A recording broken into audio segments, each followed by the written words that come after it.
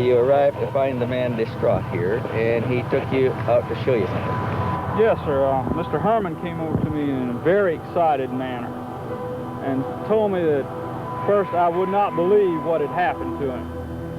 And I just expected the worst. I didn't know what to believe. And he said he'd been in his yard in North Charleston, which is about 15 miles from here. And next thing he knew, he was here in this field near Somerville. Right in the middle of the field is where he said he came to. He doesn't really remember too much what had happened that night. He said he'd been watching a bright light that kept getting closer and closer. And the next thing he knew, he was here in this field, and he told me he believed he'd been brought here by a UFO. He was very excited, nervous. I really have never seen a man that excited. You know, it's hard to put in words, but very excited is about all I could say. Distressed, he couldn't remember what had happened to him. And, you know, there was, you know, a small part of his life was blank. Bill could only remember small fragments of hazy images that resembled a strange mosaic tapestry of colors and things. The object approaching, falling backwards. The field of grass swaying in silence. Struggling in a bluish light that bathed the railroad tracks, then blackout.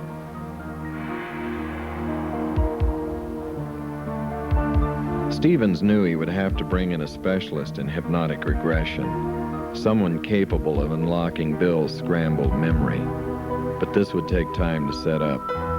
In the meantime, he would call in Jun-Ichi Yaoi, a seasoned UFO investigator with the Nippon Television network. And between the two men, they would carefully reconstruct the strange events that led up to Herrmann's abduction. 3 months earlier, this had been a construction site for a new subdivision. It had offered Bill and his wife Patty a panoramic view of the surrounding area to observe the bright, noiseless object in the night sky. The particular evening we were out here, we were sitting, it was about a little after 9:30, almost 10 o'clock. And we saw the object come up, my wife and I. We saw the object coming up this way, up the river. And it was about maybe 900,000 feet above the water. Just a disc of whitish light. And then it kind of rapidly gained altitude, going up at a apex of a triangle, if you don't understand. And then we lost sight of it for a moment. We were both standing outside the car. All of a sudden, right over this area, the big light, just a light that was coming straight for us. Our car was parked over that direction. And we got frightened. My wife got frightened very much. And we just left. I turned the car, jumped in the car and turned the car on. And started to speed out. And looking in the rearview mirror, I saw the light look like it reversed its course and started going back toward the river. In other words, when we close? Right, when we left, when we were gone, the object came toward our car. And then it changed its mind or dropped following us. And it just went back the opposite direction. How big was it when it came close to you? Oh man, the lights from it, huge, big old spotlights, like there were spotlights coming straight for us. And my wife was particularly terrified because, you know, we didn't know what was going to go on. So she said, "Let's get out of here," and we left. Man, we was gone. Have you seen the detail of the UFO itself, or just the light? Well, you could see a shape behind the lighting. And when it looked like a dull metal finish, and the lighting itself kind of, more of the lighting stood out than the detail of the object. But the object it looked metallic, you know, like a metallic skin, but the light's in the front of the object. How was the distance between yours and UFO? If I'd have had a camera or a rock or anything, I could have thrown it and just hit the bottom of it. That's how close it got to the car. And it was just a matter of seconds. I mean, if we hadn't gone when we did, there's no way the object couldn't have intercepted our car. Now, I'm very convinced if it wanted to catch us, it could have. You know, because it seemed to be moving that fast coming up from the river. Was it before your abduction? Yes, it was. Before? It was before So the abduction. Was it... I was with my wife and my daughter, so I didn't know, you know, I didn't want to take any kind of chances on anything. You know. So we just left. That's it. Oh, so you should be very frightened. With that particular reason we were, because all the other sightings were just simply watching something moving in the sky and never anything coming that close to us. I guess I should have looked down the road then, but I didn't know what was going on. Up to that time, I was convinced what I saw was a military project. I never believed it was from another world or anything. I thought since the area is in such close proximity to the Air Force Base, because like this area is a flight landing pattern for commercial aircraft and sometimes military aircraft. And the, you know, that was my thoughts back then. Noticing that Bill is near emotional trauma, Jun-Ichi quickly changes the subject. And then most of the sightings afterwards, one of those or a C-130 turboprop would come up and down the river, just fly up and down the river. And all I kept thinking, wow, man, I don't believe this. Because, you know, one of the feelings in my mind and my thoughts was, you know, when you see something, it seems distant. In other words, removed from you personally. But this thing reacted personally. In other words, not only were we watching it, but by coming toward us, it was watching us as well. Not just performing to delight us, but it seemed to react to our personal presence, and it reacted by coming toward us. And of course, this frightened us because I never saw it that close. And we left. After the frightening experience, Patty's fear would overcome her curiosity. She would beg Bill to please leave well enough alone. He would agree, until 3 weeks later on a Sunday morning. Patty was home, I believe. Yeah, our daughter was sick, and she couldn't go to church. So I got in my car to go to church, and I'm driving down Dorchester Road. And since that last sighting, I had kept my camera in my car fully loaded. I wasn't thinking about UFOs. In fact, I was listening to some hymns on the radio, Christian hymns, just minding my own business when this thing shoots across the road. Silver with a halo of light on the bottom of it. The most pretty thing I ever saw. At first it was silver, pure silver, and then it just changed like somebody got a rheostat in a dining room and turned it from bright to dim.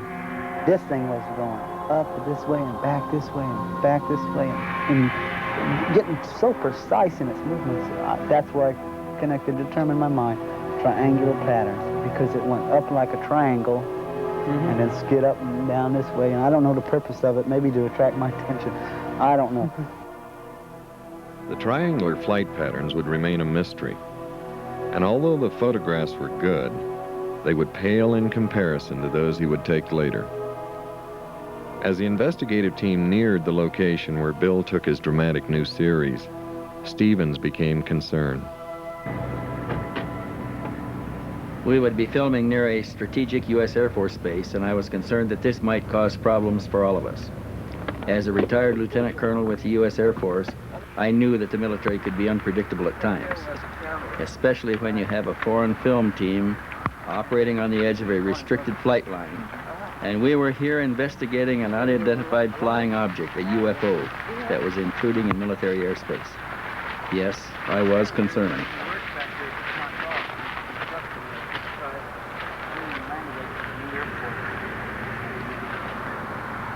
We're at the end of it. Wanted to take off on landing runway. Okay, I'll look on the map. The end of the runway, there's a C-141 coming this way, taking off too. It's gonna go right over. You ready? Oh yes, it's gonna really right. This is the position that he took the photographs from. How close it where it was the landing pattern.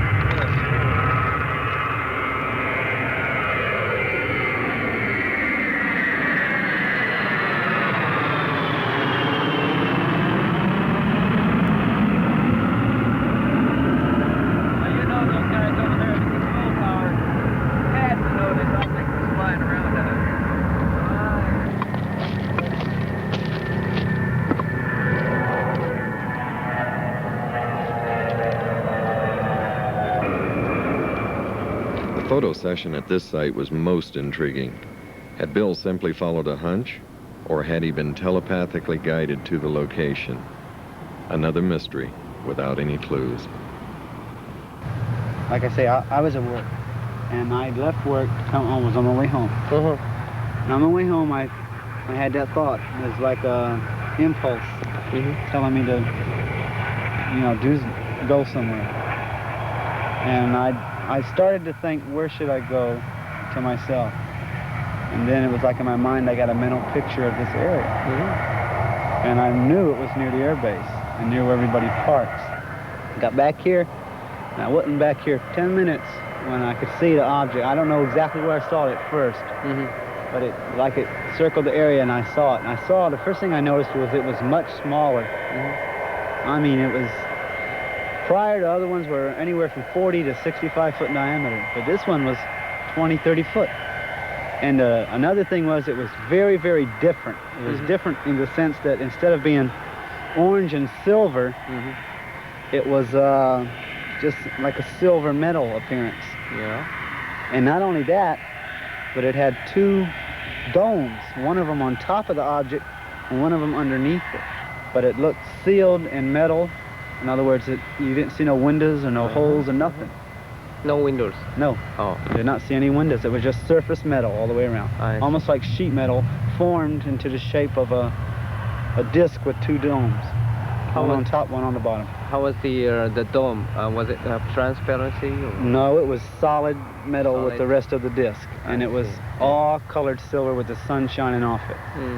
I mean, it was just beautiful silver like aluminum or sheet metal. Or how did it fly? I don't know. I did not hear any noise. It was like, in that sense, it was like the other objects because it made absolutely no noise. I mean, it would go up like this and come back like this. Come around like that. And just watching it was, it was hard. Because when it would go that way, I'd run across the field and I'm trying to get it in a viewfinder. And I took about 4 or 5 shots like that. And I believe 2 or 3 of them came out. And 2 came out empty sky.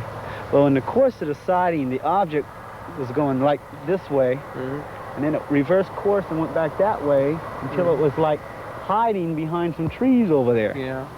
And I stopped and I thought for a moment it was going to be gone, but instead I saw an airplane coming this way.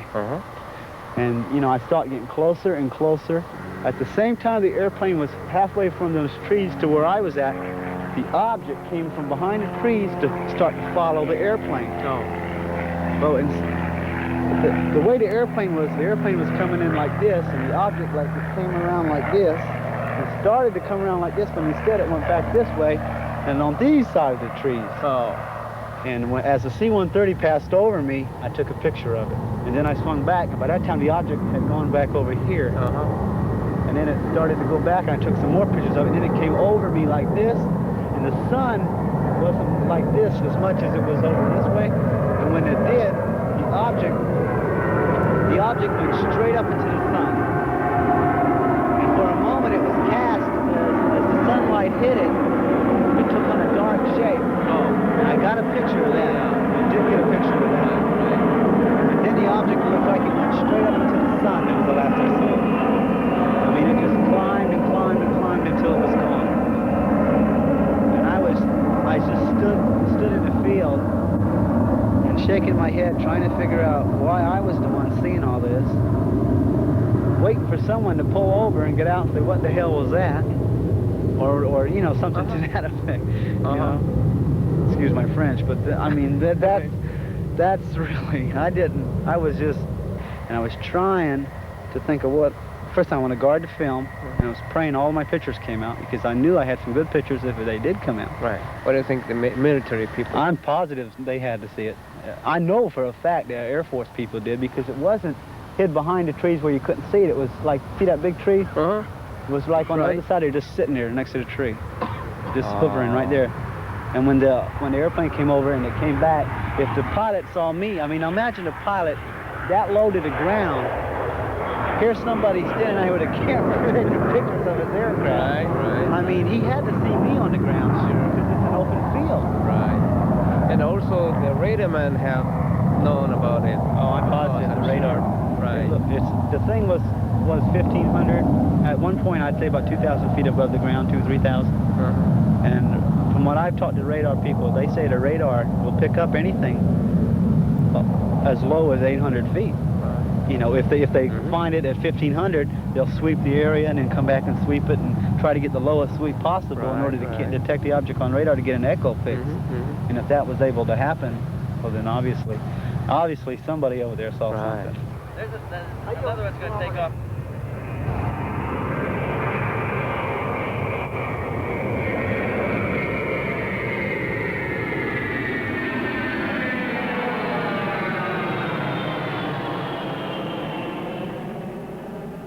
The next day, I got a phone call from the Air Force Base telling me to come out there and see a Captain King.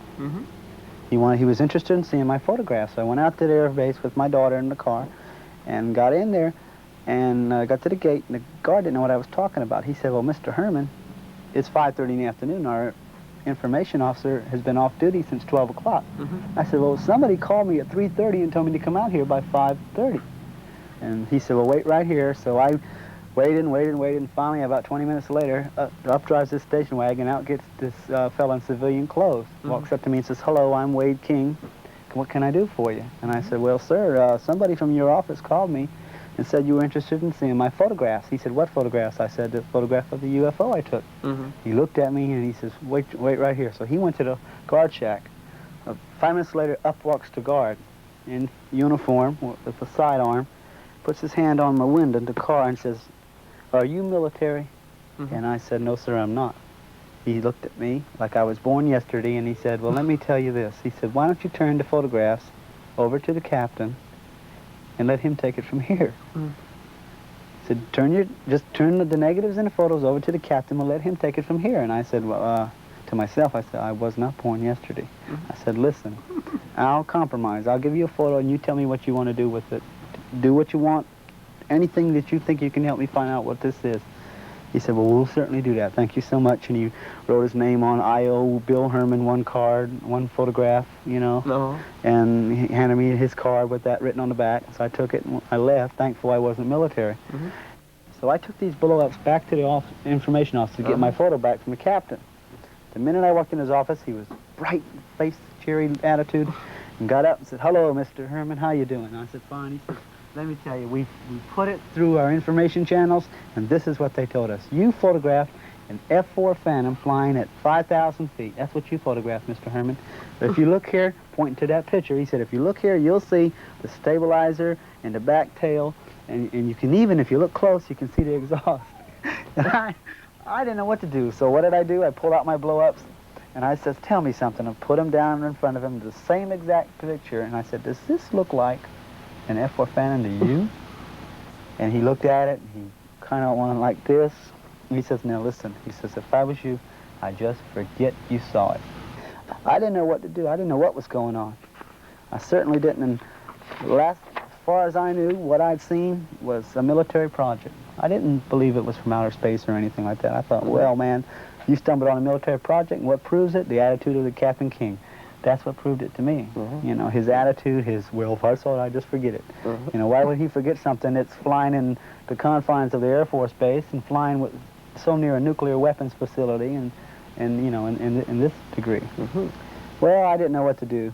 And finally, I didn't have an opportunity to take any more photographs, and I didn't know where I should, you know, how far I should get involved in this.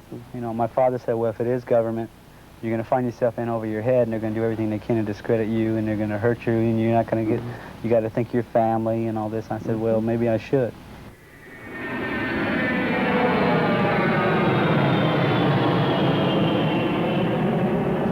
I got a phone call about, I think it was 1, 2 o'clock in the afternoon from a gentleman who identified himself as Tom Olsen.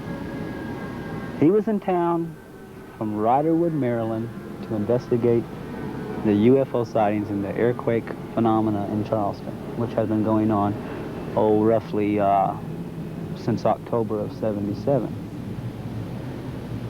And he told me that he was here to investigate this.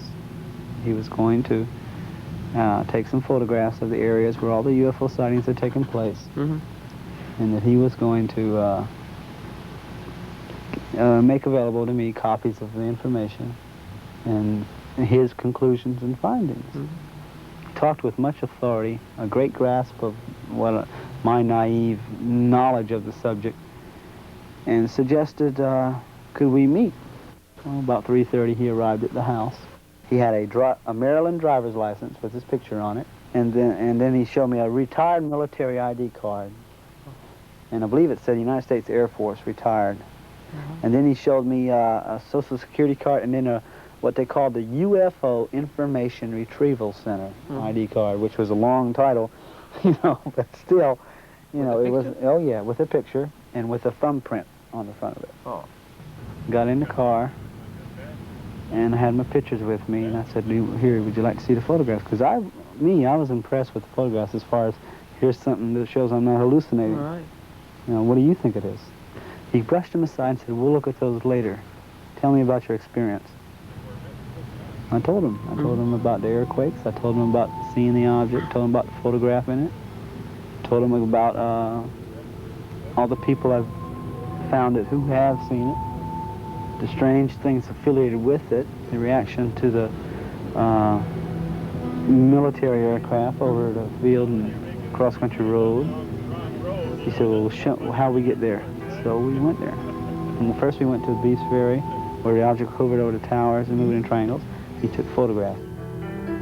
He took at least 40 pictures at each site. A whole roll of 35mm film at each UFO site. He took one picture of me at the first site, and that's all the pictures he took of me. With darkness setting in, the men headed back to the car. And he asked me, he said, Bill, let me tell you. He said, what do you think about taking a polygraph test in relation to this? And I'm sitting in this car, and my first thought was, wait a minute, you haven't even seen my pictures. Why do you want to know this? You know, but I was afraid if I felt put on the spot. I was afraid if I said, no, I won't, then he'll just, you know, he'll go to the press, and next thing I know, I'll be on the front page of the paper, big hoax, you know. Then I was afraid, well, if I said yes, it'll get twisted. I'll tell the truth, but they'll say I lied. And then it's their professional credentials against me. And I didn't know what to do. And being naive as I was, I said, okay, I'll do it. Now, I assumed at that moment in time he meant 3 weeks from now, 2 months from now, a couple days from now. He said, okay, we'll go to the hotel and do it right now.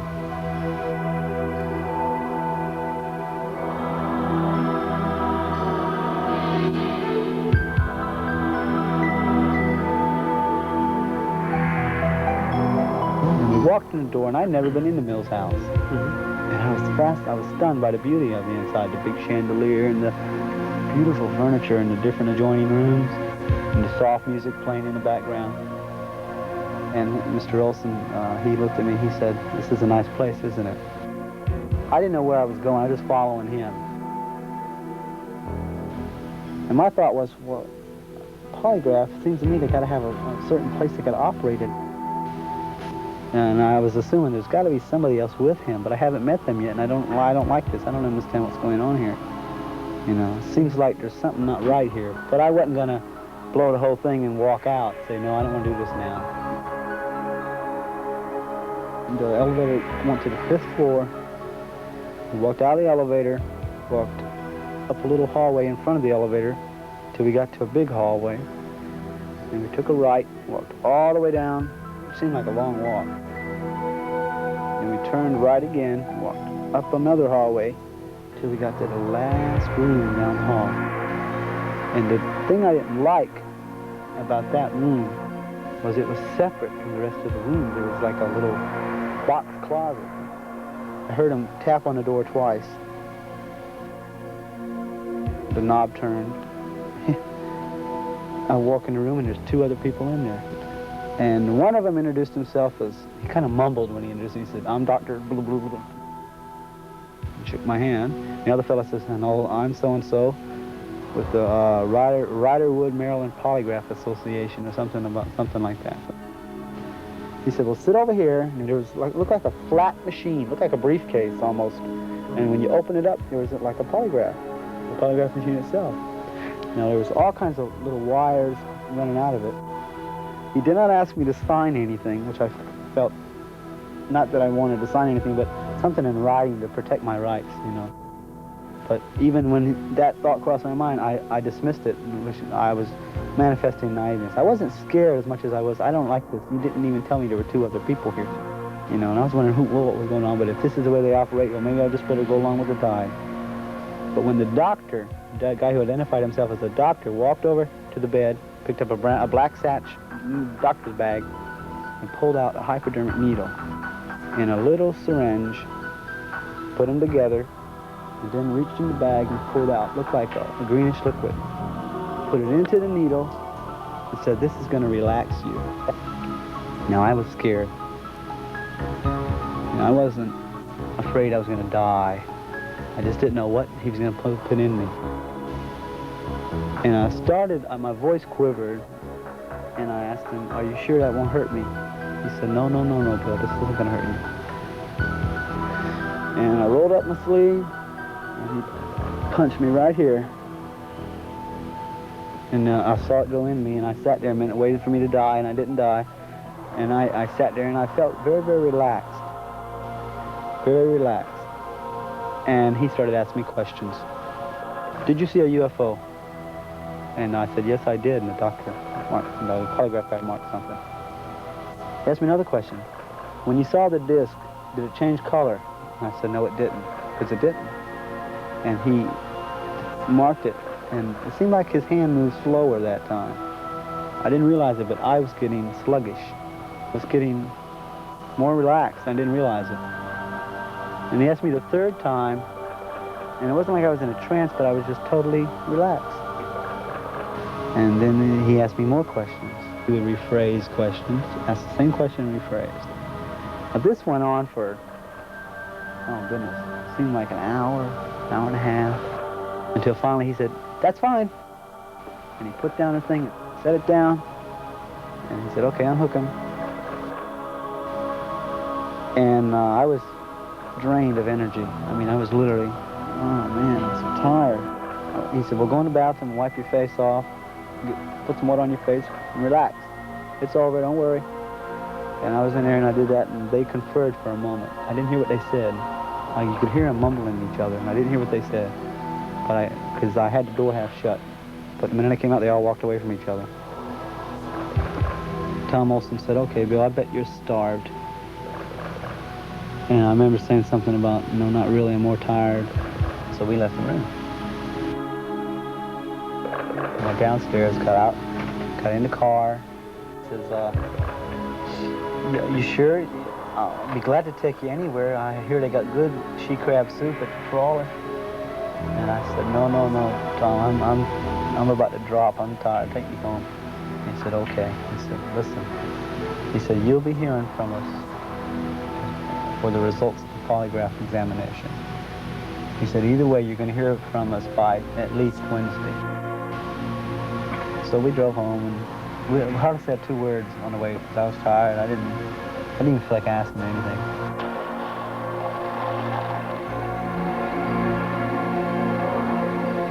We pulled into the yard, and the minute I opened the door, the cold air hit me. And I was, cool air hit me, and I was, refreshed for a moment. I said, tell me something, Tommy. I said, where do you think this thing is from? I mean, it's military, ain't it? He said, who's military? And I said, our military. And he said, I wouldn't bet on it. And the way he said that, I'll never forget it.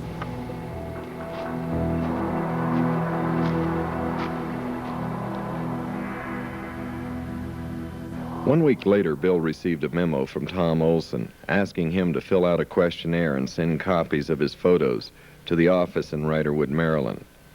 Shortly thereafter, a mailgram arrived from Tom Olsen. The message thanked Bill for sending the material. It was friendly, but contained a disturbing reference, which read, I did not visit you. It was someone else. and I have no idea who. Signed, Thomas M. Olsen, President, UFO Information Retrieval Center, Riderwood, Maryland. To this day, Tom Olsen in Riderwood, Maryland, swears up and down he never seen me, and I believe him. I believe him with all my heart. That this is not the same Tom Olsen who lives in Riderwood, Maryland, and is a UFO Information Retrieval. Now, see, this guy didn't identify himself as president of the UFO Information Retrieval Center. He just is a member. The real Tom Olsen is the president of the UFO Information Retrieval Center. Right. I've seen him before. Okay, see, and that's And then you've never seen that the fake. Olsen Yes, again? I saw him one time after that when I worked at J.C. Penney's. It was late at night, about 9:30, and I was dumping the trash out and cleaning up where I worked at J.C. Penney Auto Center in Charlestown Square Mall. And I opened the back doors, and here's this car sitting back there. Oh. When I walked out of the door, the car just swings around, pulls up to the back, says, "Hello again." And I looked in the car, and there's this guy, Tom Olsen. Now, I had knew that he was a fake. The first thing I did is I said, "Now, who are you? Why are you masquerading as someone else?" And he looked at me like, just brushed it off and said, "It's for your own protection. You should know that," or something to that degree. Oh. He said, you should be careful what you say and how deeply you get involved in these things. He just told me about being careful who I talk to. It's for my own good. It's for your own safety. We're watching. We're aware of everything and all this. And I told him to get out of there. I said, "I'm going to go call the cops." He kind of laughed. And I started to walk and get his license plate number in the back of the car. And I started walking toward him. The car backed up. I walked in, the car just backed up all the way and took off into the traffic. He got away so quick I couldn't even see the back of the license number. I couldn't even get no numbers or letters or anything. Oh. But when I started to walk behind his car to get his license number, that's when he took off. And you never seen Never. again? I haven't never seen him face to face again. And what do you think? I think he's either CIA or the. I think he's part of some conglomerate that looks into these things for the government, off the record, and does it solely to either confuse everyone really involved in it, or to discredit any people who come into contact with UFOs. I believe that. I think that's his whole purpose, isn't it? It's to Not only get had me Bill and his frustrated. family been Get targeted, me so but frustrated. harassment was now being focused on the investigative Instead of team. promoting the truth and the facts.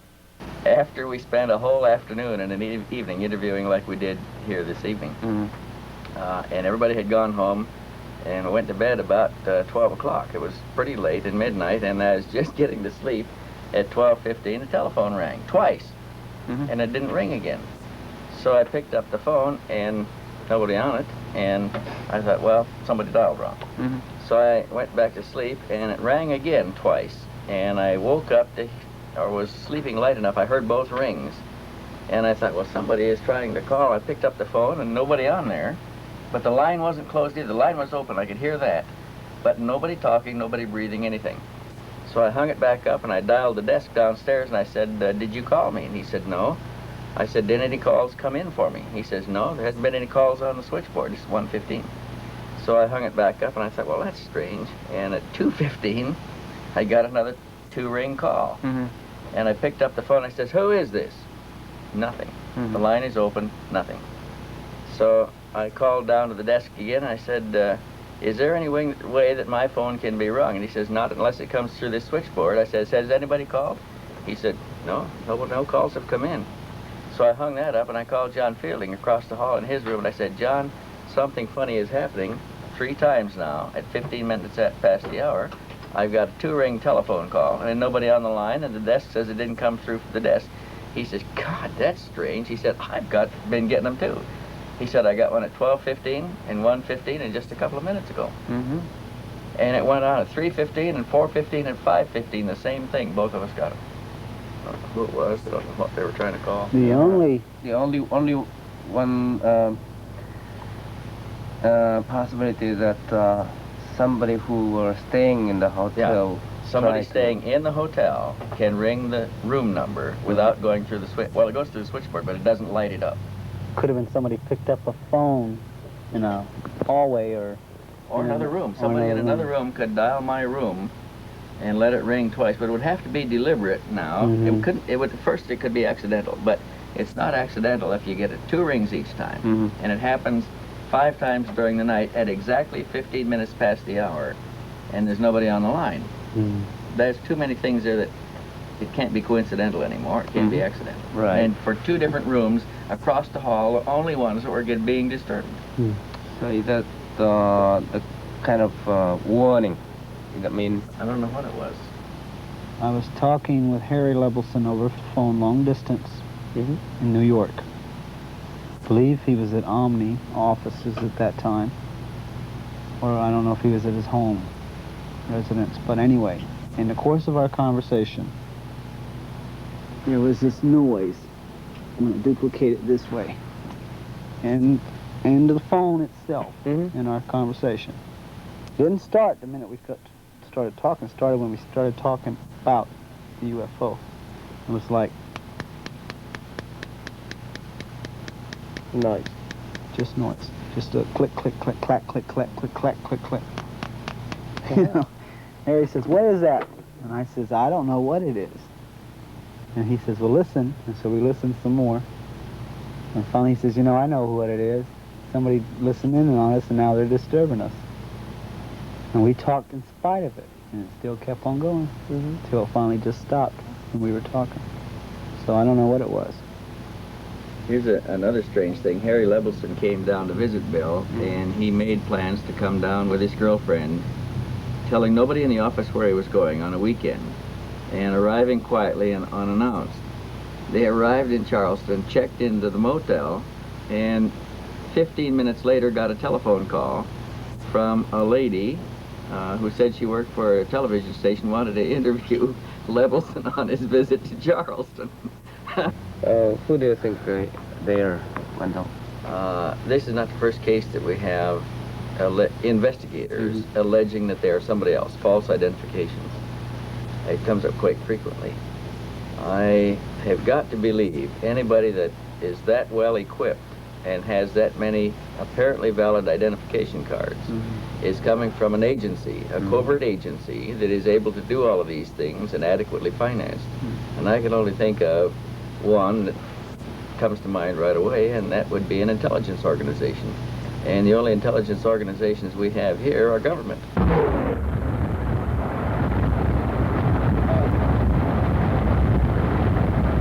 Two banks close together. Investigators call a witness, a friend of Bill's from work, who had similar sightings of the unusual object. Left turn on Old Crawley Road.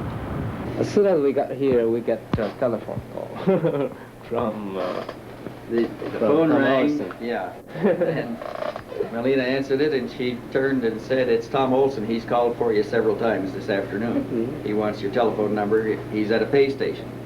So Tony took the telephone, and it turns out to be Tony's boss. They're calling from his work, right? To remind you again that Tom Olsen called once more and wants to know if they can give the Tom Olsen your number. Yes, he urgently wants my number. And he's at a pay station someplace, and he wants to call back.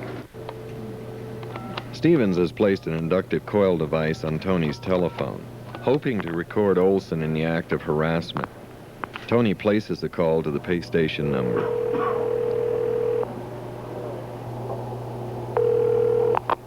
Hello? Yes, is this payphone? No, sir, it's not. Let's see, do you know Mr. Tom Olsen? No, sir, I don't. No, all right, thank you. Olsen had managed to send an ominous warning. To the investigators, we know where you are and who you are talking to. We are watching and listening. To the Martins, we know where you are employed and where you live. If you value your job and your privacy, back off. Unshaken, the Martins agreed to the interview. We passed the Kings Grant area on Dorchester Road, and you've got a column of, it's like a wooded area. You've got woods on both sides of the road. And it seems like it just hit us at the same time to look up. Now my car, all the windows are tinted in my car. I've got a band across the front windshield that is blackened out, and you can only see at night. It's real hard to see out of any of the windows unless you see something that's coming directly in front of you. Okay, I'd say the object appeared at an altitude of probably about 500, no more than 1,000 feet up. Is when I first saw it, and it was anywhere from an eighth to a quarter mile in front of us. It came down, I'd say at about a 70-degree angle. Okay, it came from an easterly direction, came down, and what I really noticed about that was strange. Bill said, look, he said it's doing triangular patterns. That's what it was doing. It was a glowing object. It was doing triangular patterns through the sky. It came down at about a 70-degree angle. It made a loop, you know, probably about, I'd say about 100 feet above treetop level. Yeah. Came down, made a loop, and then went back up at the same type angle. And I thought it was really strange that you know, they would come down and they could only be seen directly in front of us. Okay, and I didn't think there was any mistaking, you know, of it being the object because of what he had told me about the object doing triangular patterns. So we saw that. We went a little bit farther down Dorchester Road, and we turned into another subdivision called Forest Hills.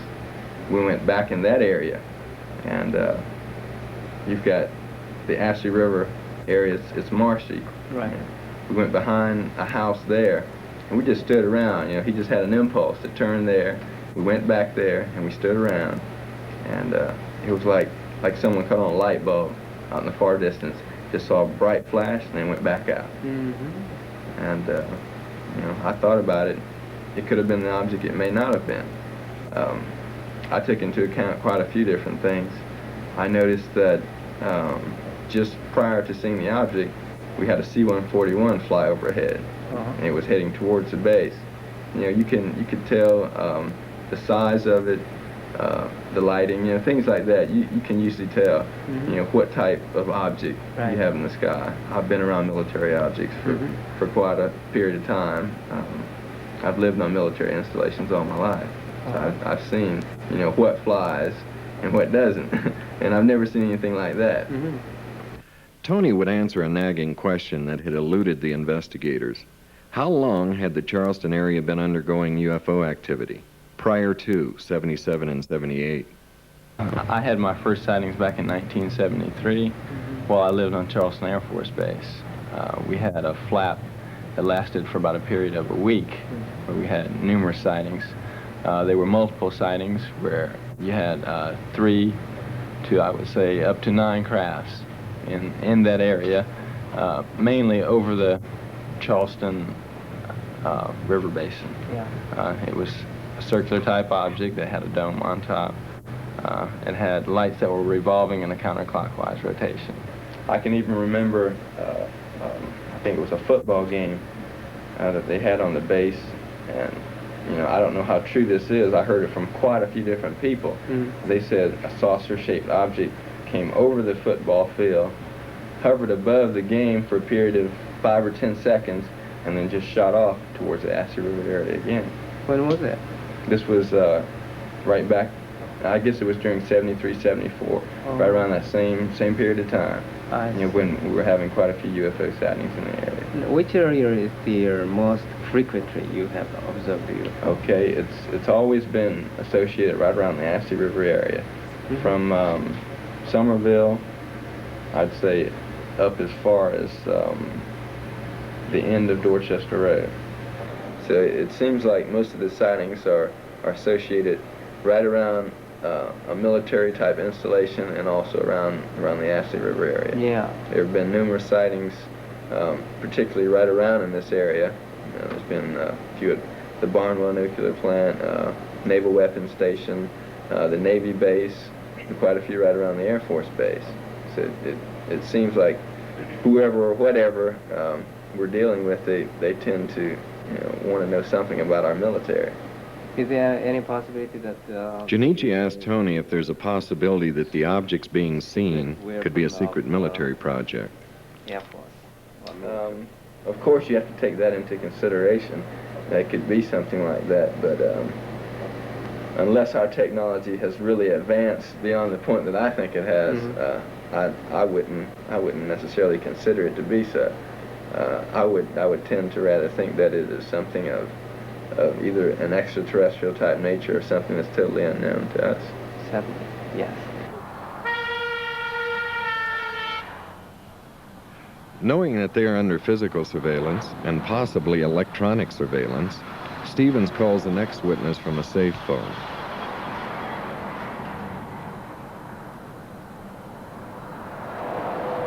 In December 1977, I was returning from lunch back to my office. It was about 1:30 in the afternoon, clear sky. And up Rivers Avenue, as I was approaching a viaduct, I noticed a glowing orange type object off to the left of the car. I would estimate possibly 3,000 feet away, but it was very clear, and it apparently was motionless. And I could see no wings of any type, no rotaries, as though it could have been a helicopter. And I noticed at least one person in another car pointing to it, which indicated to me someone else had seen it. As I approached the viaduct and began going up, there was a traffic light, and I had to stop for that traffic light, and I noticed that the object was descending in the same direction, apparently, that I was going, at a slow rate. And I thought possibly it was a kite of some type, because it defied the obvious laws of gravity, and there was no sound. And as I began moving forward after the traffic light, I noticed that the object had disappeared beyond some pine trees, which were to my left. And I looked straight ahead, and I could see the object apparently crossing Rivers Avenue beyond that sign at a good distance away, but it was at an angle. I could tell it was a disc-shaped object. It had the definite orange color, and it apparently was moving with no wings or no rotors as a helicopter would. It was not a bird. It was very, very clear. And at one time, I did also observe a C-141 airplane at the same time that I saw the object. You've seen the object more than once? No, I've seen it one time, but it was during the first time that I saw it, first glanced at it. Way beyond the object was a C-141, apparently coming towards the Charleston Air Force Base. Yeah, I was going to say the description you just gave of Rivers Avenue and the viaduct and looking and going towards the trees positions the object roughly in the vicinity of Charleston Air Force Base, or just to the east of the base. Just to the east. And you saw southeast of the base. a C-141 in the air, either in the traffic pattern or landing, which would confirm that. Right. So the object was operating within the landing traffic pattern of Charleston Air Force Base, if we're guessing right. That's correct. I would estimate that possibly the object was, I would say, between myself and the Cooper River, which is the Navy Yard facility. But it would be difficult to say exactly how far. From your perspective, could you form any kind of an estimate of its size, its diameter? I would estimate between, say, 25 and 30, say 25 to 35 feet in diameter. Do you think the C-141 noticed that the UFO itself at that time? It would be difficult for me to Yeah. think that the C-141 would not have noticed it, because it was in the sky and Bright? bright. Purcell had observed the same type of object playing cat and mouse with a C-141 3 weeks before Herrmann had taken his spectacular photographs of the object on the tail of a C-141. So when I came back to my office, I told my staff that I'd apparently seen a UFO, and of course they chuckled. I thought I was, had a couple for lunch. I assure you I had not. I called several TV and radio stations to ask if anyone else had seen an object or reported it, and none said that they had received any calls. How receptive were they to a report of a UFO? Were they interested in what you told them? Not really. The North Charleston Police Department said I could come down and fill out a report if I chose to do it, and that's as far as it got. The Air Force Base said they had no record of any sightings. The interview had been completed without any outside interference. They would continue to use safe phones to arrange meetings with potential witnesses. Stevens had turned up a new witness who claimed to have a series of remarkable photographs, but he was reluctant to go on camera, fearing that this might compromise the privacy and security of himself and his friend, a noted television and radio columnist who took the photographs. After a lengthy discussion, Jun-Ichi assures the witness that his identity will be cloaked. You want to see these things? Yeah. Let's see. Those pictures were taken, some by the gentleman you're talking about and some by his mother, were they not? Just by him. By Him and his wife. I don't know which one took. His mother was, I think, his or her mother was kind of old, and she didn't have any photography stuff. Did they ever see the spacecraft on or near the ground? Well, just right over These the house. people? Just over the house? Yeah, just flying. You know, there's a lot of pictures here. As far as I know, no one has ever seen these photographs except for the people I've described. Here's like this one's flying directly over the house. Right over the house. Right over the house. Here it is with the top of the capsule raised. He said that capsule went up and down on top. Changed elevation? Sometimes it was higher and sometimes... Well, you see in this one, there's no top to the thing. This is going over the house also. This is the same photograph, but it was further over the house. See, that's going over the house, and he took another picture as it got over the house. That's interesting. And then as it went out in the field, it elevated this little thing on top, a bubble on top. That accounts for some of the changing shapes that we get reported. I see. And here's one again in the open field, just over a cornfield, way out over the trees. He said the motion pictures are extremely good that he took. He said they were real good. Imagine that. Right. But because he got it going over the house and in the woods and out in the field and all that kind of stuff. You know, they said it was tremendous pictures. Is there any way we could get... Could you give us his telephone number again and let us call and introduce I won't ourselves? unless I call him. I'm gonna be perfectly honest with you. We'll pay for the call if you call him and ask him if he will talk to us. We'll give him a control name. We won't reveal his identity or location. We can promise to all of those things and give proof of it. These are just photographs that you can take pictures of. And like this is one that's going into the trees and going a little further and so on and so forth. And because of his wife, I don't feel like he'll ever do anything as long as he's living. Because she is still terrified. Yeah. Totally. And there's a very nice people. And they're very rich people. Okay, so it wasn't a case where they couldn't protect herself with money or anything. They could, but it doesn't seem to bother. They're still scared. He said, and eventually, these people are going to contact you. He says, if you start this thing up, they're going to contact you. He says, and I know what I'm talking about. I've talked to other people who've been through this thing. He says, that's the reason we're totally silent. He says, so if you want all the publicity and all the headaches you can ever get, you start revealing this. And now I don't know whether I should have listened or not.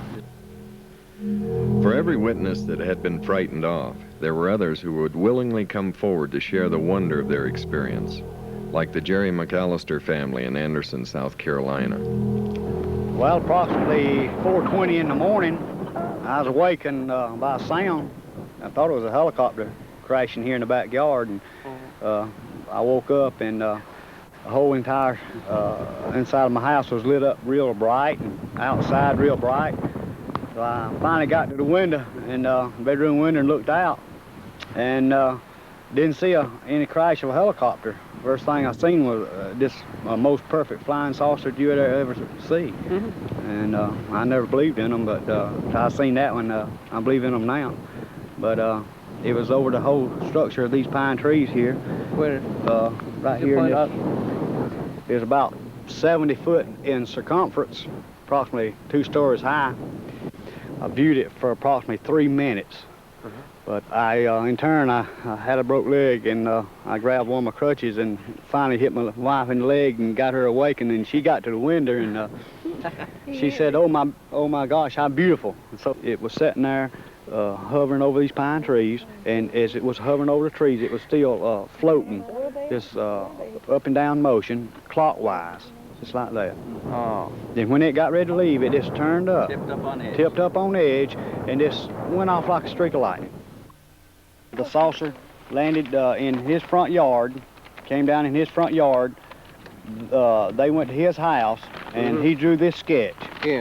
And about an hour and a half later, the Easley Sheriff's Department called me and asked could they come down and me draw a sketch of the saucer that was here in the backyard. I said, sure. So they came down, approximately an hour and a half. I drew this sketch here of the saucer.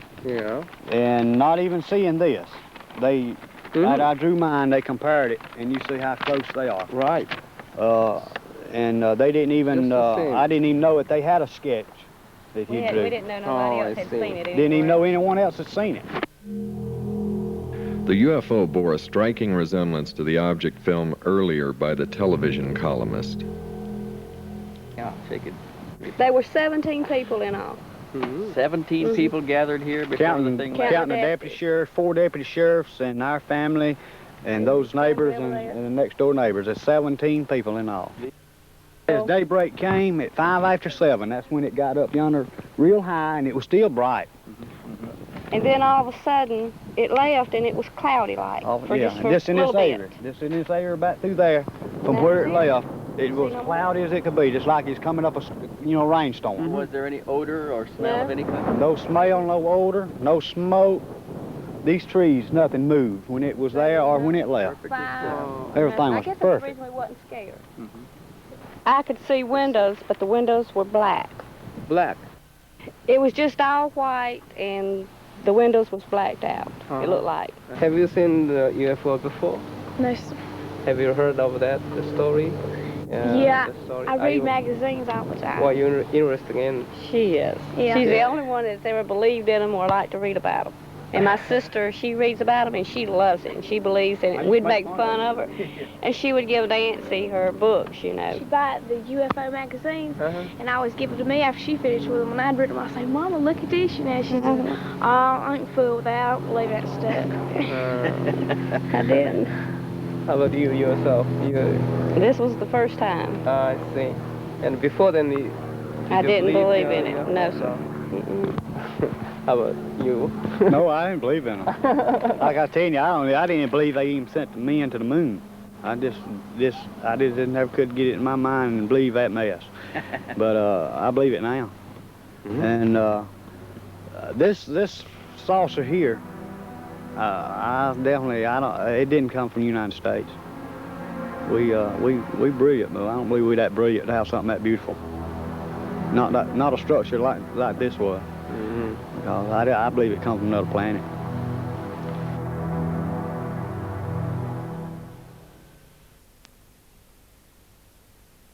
That buzzing sensation works its way into Bill agreed to undergo hypnotic regression to fill in 4 hours of missing time. Hopefully this would answer his haunting questions.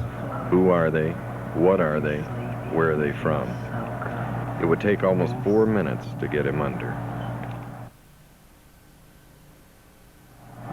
What happened, Bill? Saw the object. What object did you see? The disc.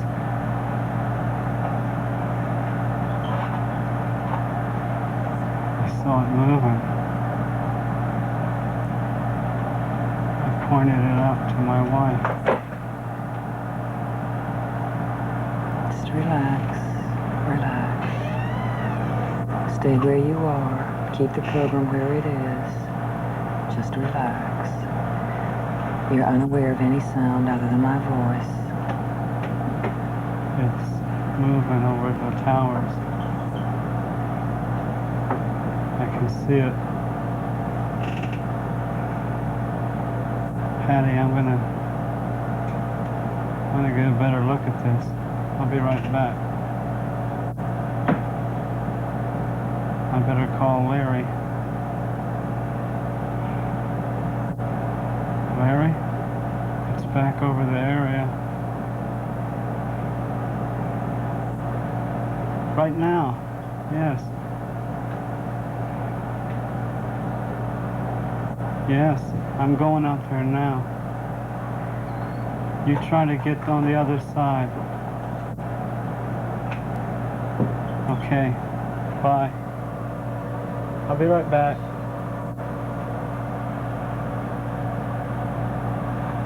What's happening, Bill?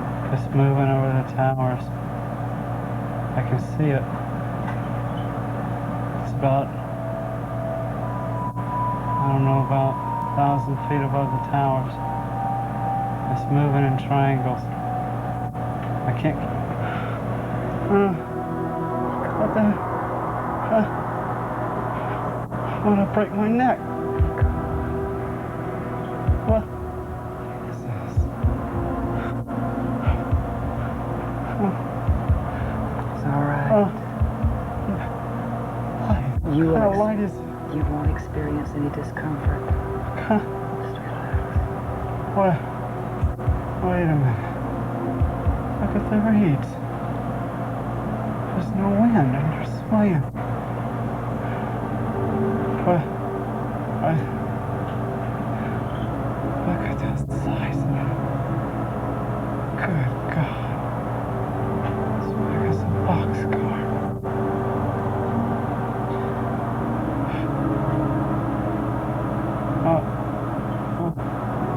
Where are you, Bill?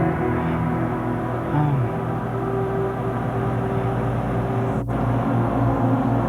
don't know.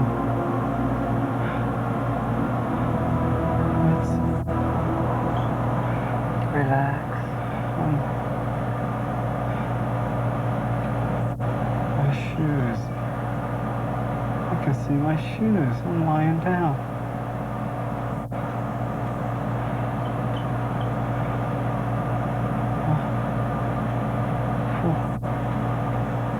What's that?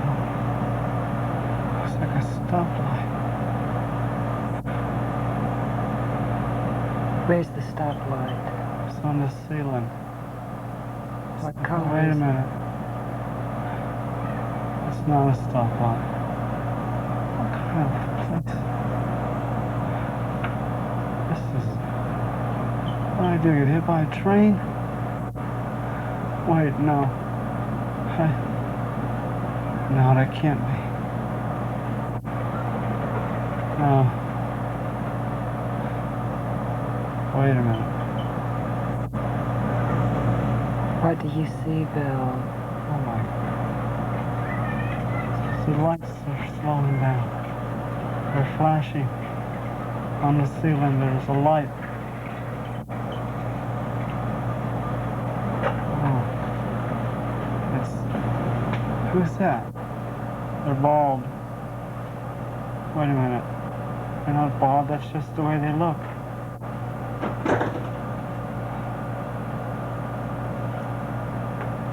They're dressed alike.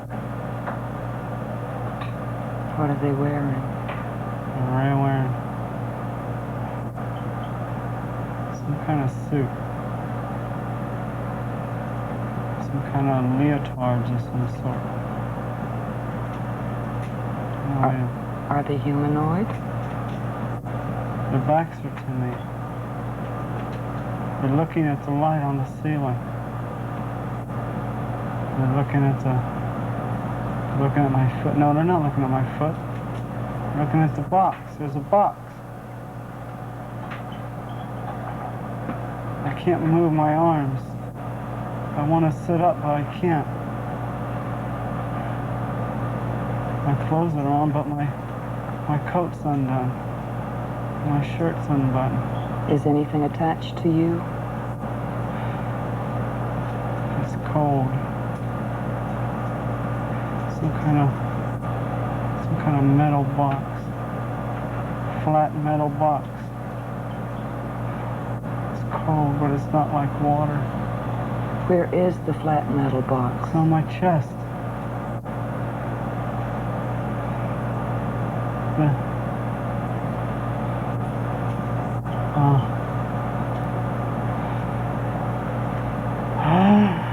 Relax.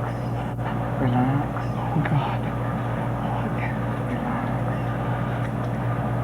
How old are you?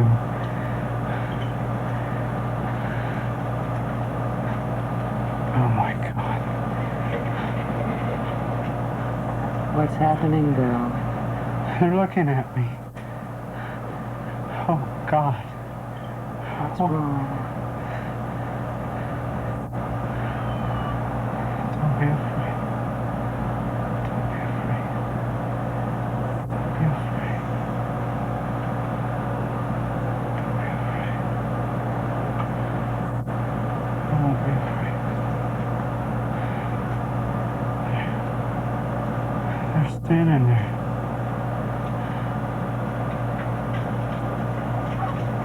What do they look like? They look like fetuses. Like what? Fetus. A fetus? Yeah. A grown fetus. Wait a minute. Can't be a fetus.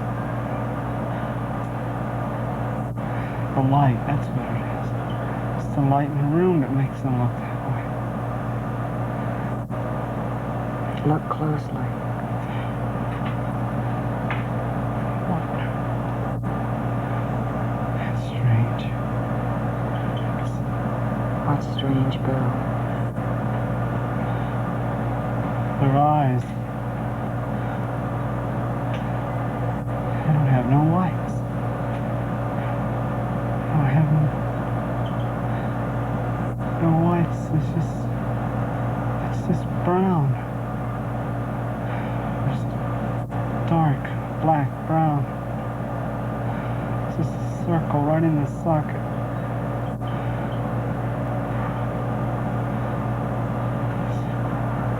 Where's their... How can they breathe with no nose? Wait a minute. Do they have a mouth? It's a slit. A straight line. The lips are... no lips. It's weird. Do they talk through their mouth? I don't hear no talking. Where are you from? Who are you? Answer me, for God's sake.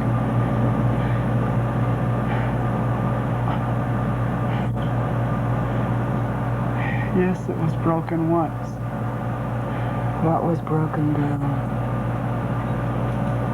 When I was younger, I fell off a sliding board and broke it. What was broken down? My arm. Who asked you? He asked me. He who? The one on my left, he asked me. How did he ask you? I don't know, but I heard him. Did he use his mouth? It's just, how can he talk in his lips? All right, go ahead. Wait a minute. Where are you from? All I remember is the pain. It was intense. It hurt. Bill, stay where you are. I want you to tell me the questions they asked you when you answered. Do you understand? Concentrate on what it was like. Be still and concentrate. Very well.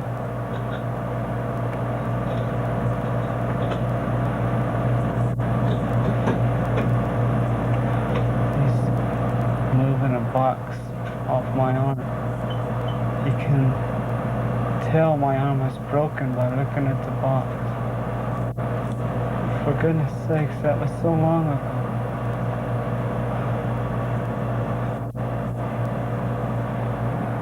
Two legs. Did you see their hands? Yes. How many fingers did they have?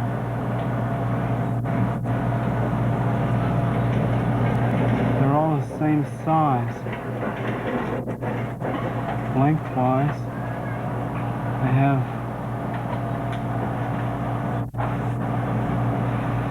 4 fingers.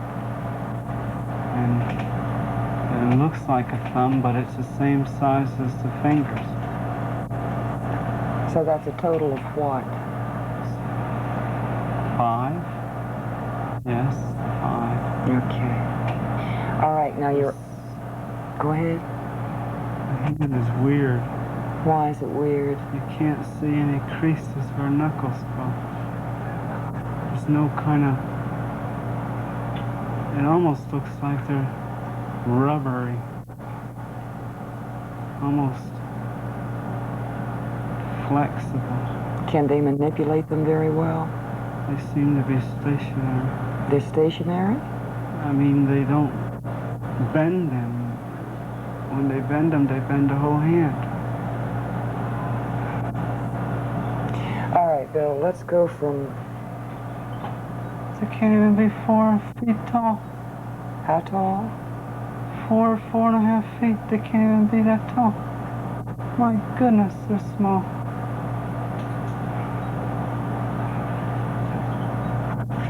Look at this.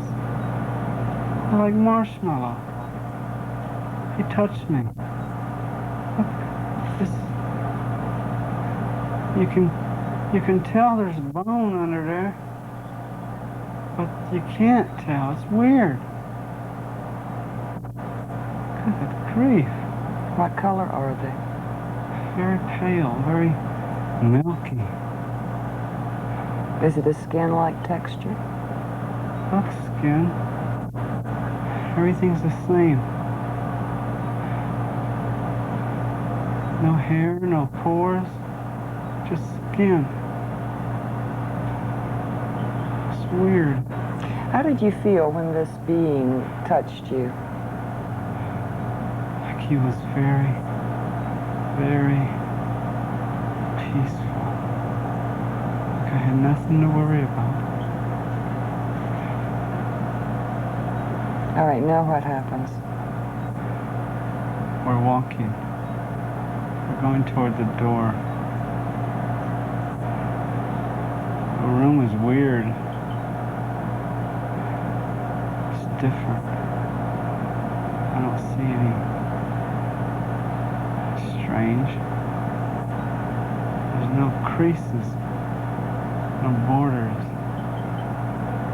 And the door is smaller than the back of the room. It's weird. It's distorted. What, in what way is it distorted? I can't. It's like everything is molded into a shape. And it doesn't stop, it just goes straight out the door. Just molded. Like a bathroom tub. Yeah, seamless. Just molded. That's all I can think of. Go ahead. We're walking. We turn left. The one who talked to me is standing beside me. The other two are behind us. We're walking down the hall. We pass the room. The door is open. We go to another room. We go in it. The hall, it winds in a circle. Everything's the same color. You said the hall wound in a circle. Did it wind in a circle up and down? Just both directions is a circle. It's hard to relate it. Did you traverse that? Everything's molded the same way. Council Control Center. Council Control See? Center? Console. Console. Yeah.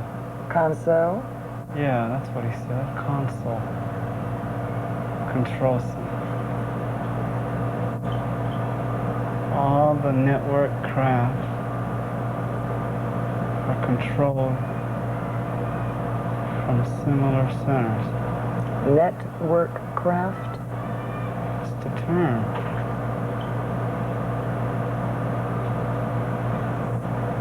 What's the network? What? Where? What did he say? He said they manipulate gravity. No, they manipulate the equilibrium in the gravity. Did you ask him?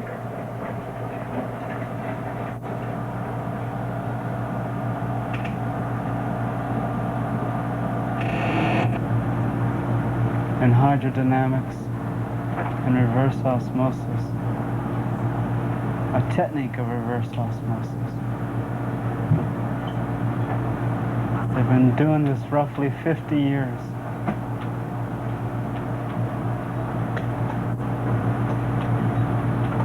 It's uncomprehendable for me to understand.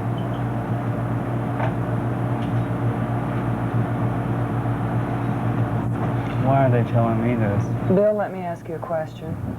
Did they, at any time, promise you or tell you that you in any way would remain in contact with them?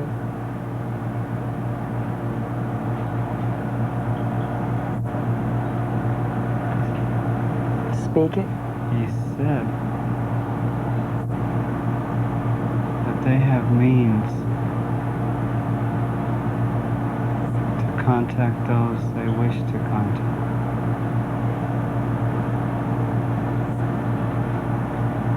He said, we will meet again. Did he say when? No. All right, you're back in the console control room. Now what happens? The light on that checkerboard is flashing on and off. First red, then white, then red, then white. And those balls to their left and right are spinning. And the one sitting at the desk, the one who spoke to me said that I could go and look. And I walk, and when I do, the one sitting at the desk get up and step back.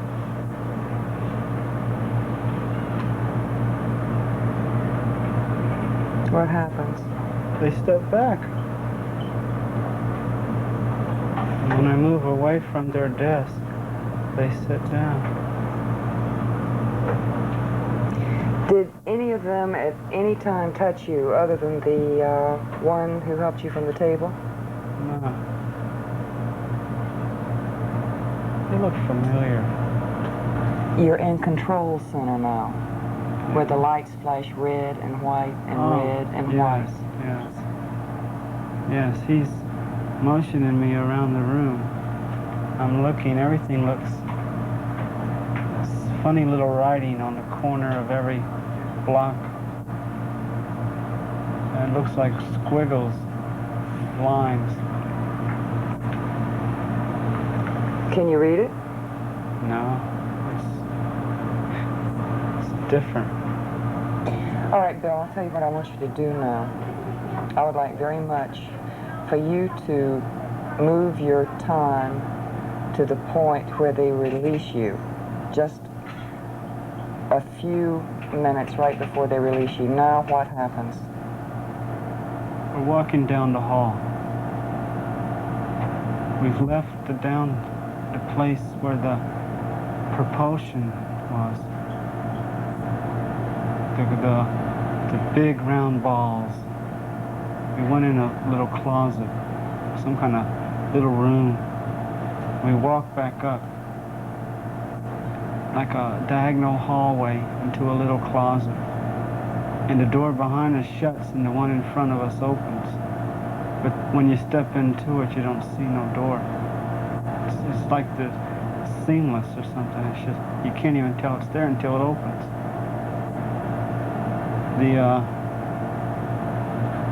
one tells me that the time has arrived, something about the time has arrived. That they're sorry for the stress that's going to result from our release. But those sympathetic to my experience will help, although the majority will reject it. They say we're going to meet again. That's what he said. We will meet again. They motioned me on the table, and the minute I touched the table, the light on the ceiling starts to flash. First slowly, and then fast.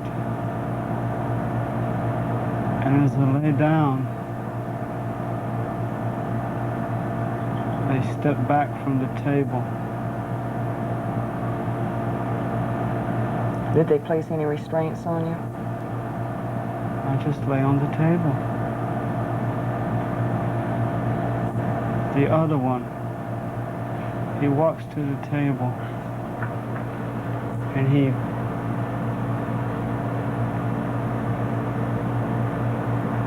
putting the binoculars around my neck.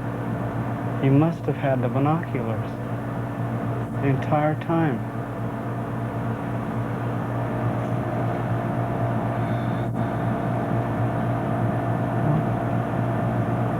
The lights flashing and they're standing there.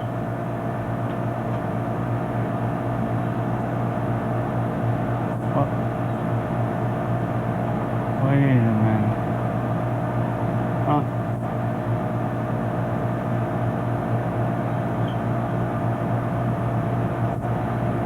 I'm looking down at my feet. There's a glow at my feet. I look up slowly in a daze.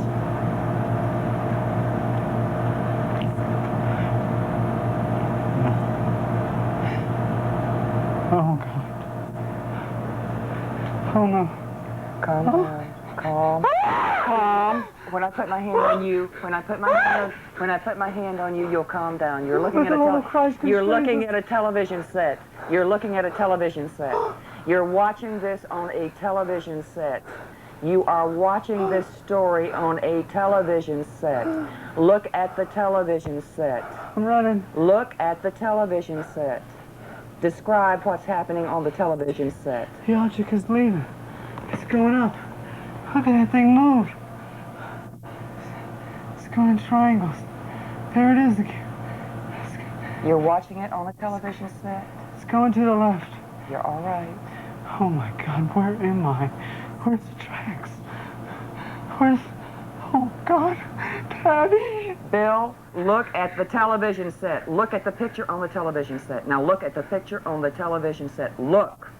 Look at the picture on the television set. You are calm. You are watching a rerun. You are watching a rerun. You are calm. Now describe to me what you are watching. You experience no panic, but you see in great detail. You are watching a picture. I gotta get back to that orange, that yellowish orange mark. It's the only place I'm safe. What's that? I hear something. There's nothing there. The object's gone. Where am I? What's it? Time is it? Day is it? I can't get your head on straight.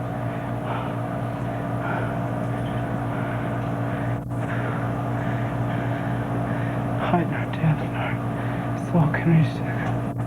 Separate us from the love of God in Christ Jesus. For God so loved the world that he gave his only begotten Son. God, get a hold of yourself. Relax. Calm down. Relax. It's over with, Bill. Calm. Bill, look at the picture on the television set. You are watching a rerun of what happened to you. You have already experienced those emotions. You don't have to do it again. Okay. Sorry. You don't have to experience panic again. Okay. There. What's that? A car. There it goes. I gotta get out there. Do I go or don't I? I'm going. It's now or never. I'll be here forever if I don't move. Lord, give me strength. I'm going now. I'm running, tearing through the bush. Stickers. I'm on a road. Oh, thank glory, there's a road. Highway, street. There. Yes. Hey. It's a car coming. It's a car coming. Hey. Hey. Stop. Stop. Thank God you're here. No, it wasn't a car accident. Please get help. Where am I? No, it wasn't a plane accident. No. You wouldn't believe me if I told you. Please, get a policeman. Thank you. I don't mean to scare you. Please get a policeman. Get help, please. Calm down. Oh, thank God. What if they don't come back? What if they don't come back? Stop! There's another car. Stop! Yeah, stop! Stop! Yes. Thank you. Get a policeman. Yeah, that's right. No, no, no, you wouldn't believe me if I told you. Just get a policeman. Call him, please. Thank you. Two people can't just drive away.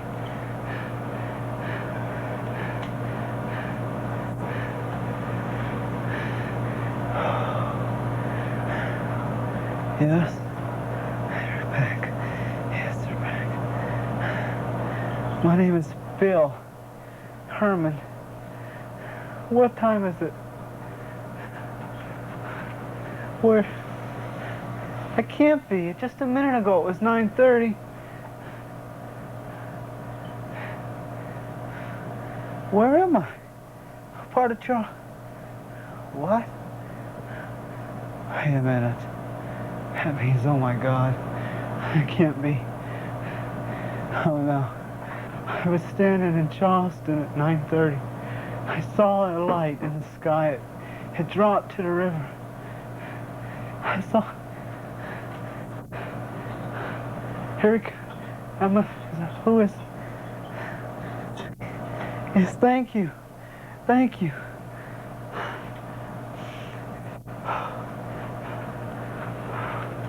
Herman, call my wife, please.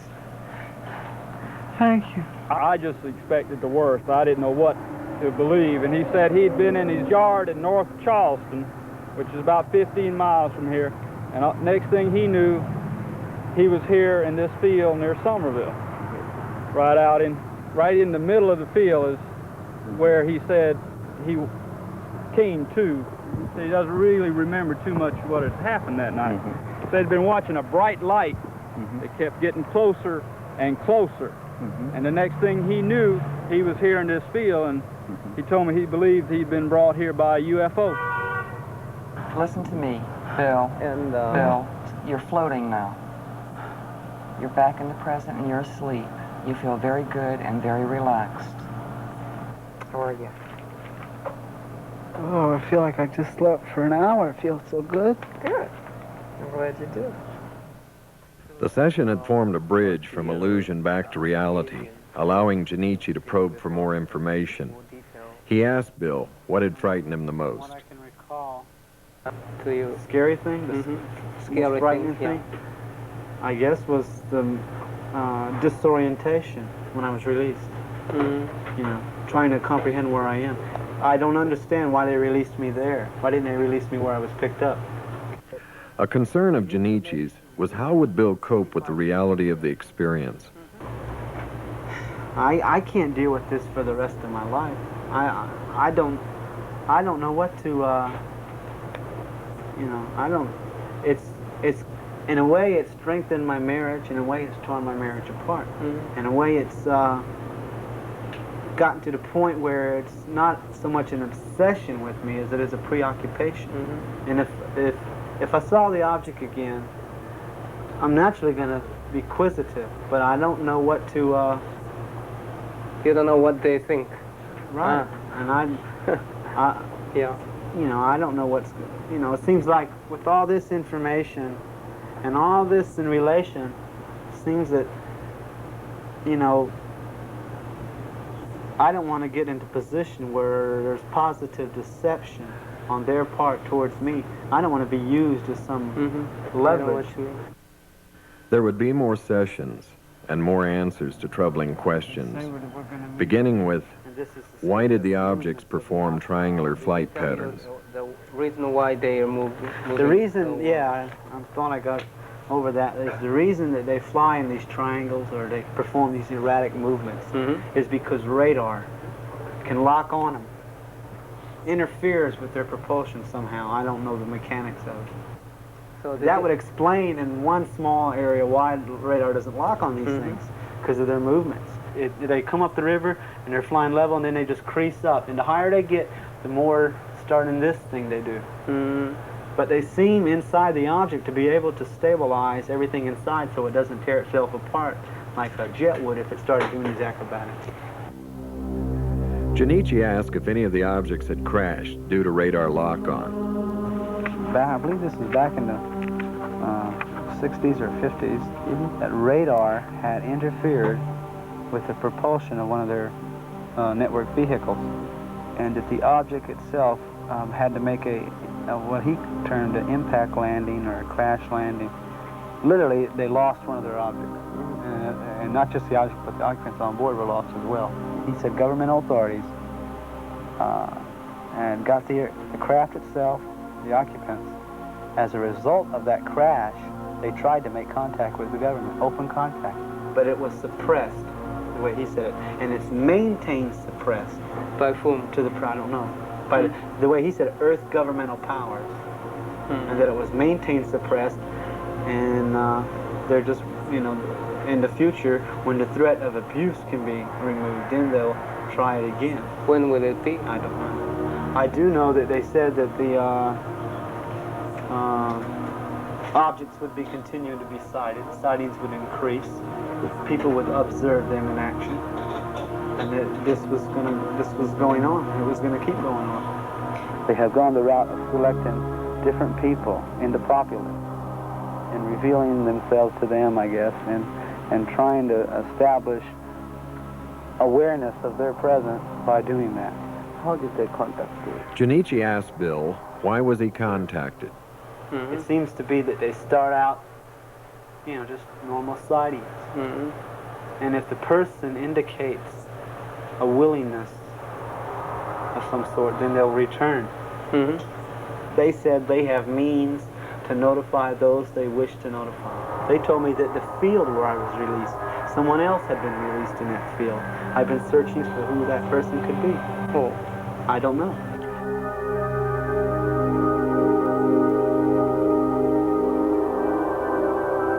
The investigation would wind down, even though Bill continued to search for clues into his past. After I recall what happened the first time in March, I was told by the occupants that they consist of a network of these objects that are operating around the world presently in the continental western hemisphere, is the way they worded it. And they're from a cluster of stars 32 light years away, area in what we call Reticuli, galaxy Zeta Reticulum, and that they were stellar astronomers, or that was their whole civilization. That's what they were geared to: stellar astronomy and life and study of life all across galaxies, and that they're a network sent here to initiate what they call direct observances. And they conduct inter-atmospheric flight and direct observance of people. And what they do is they examine, they see the geographical spectrum.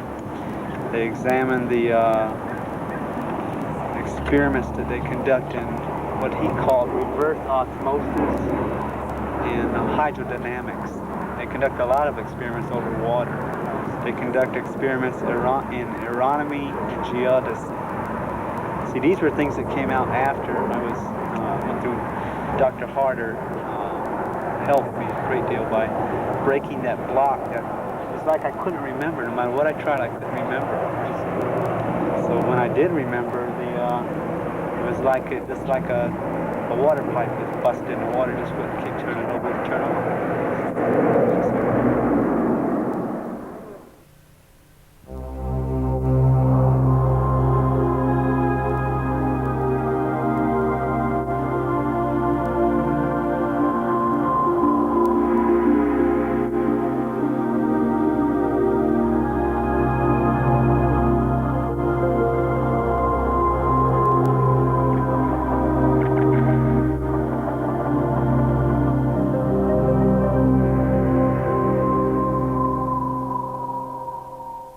Like a reddish background, like almost like combat lights in a military ship, like a darkroom red light.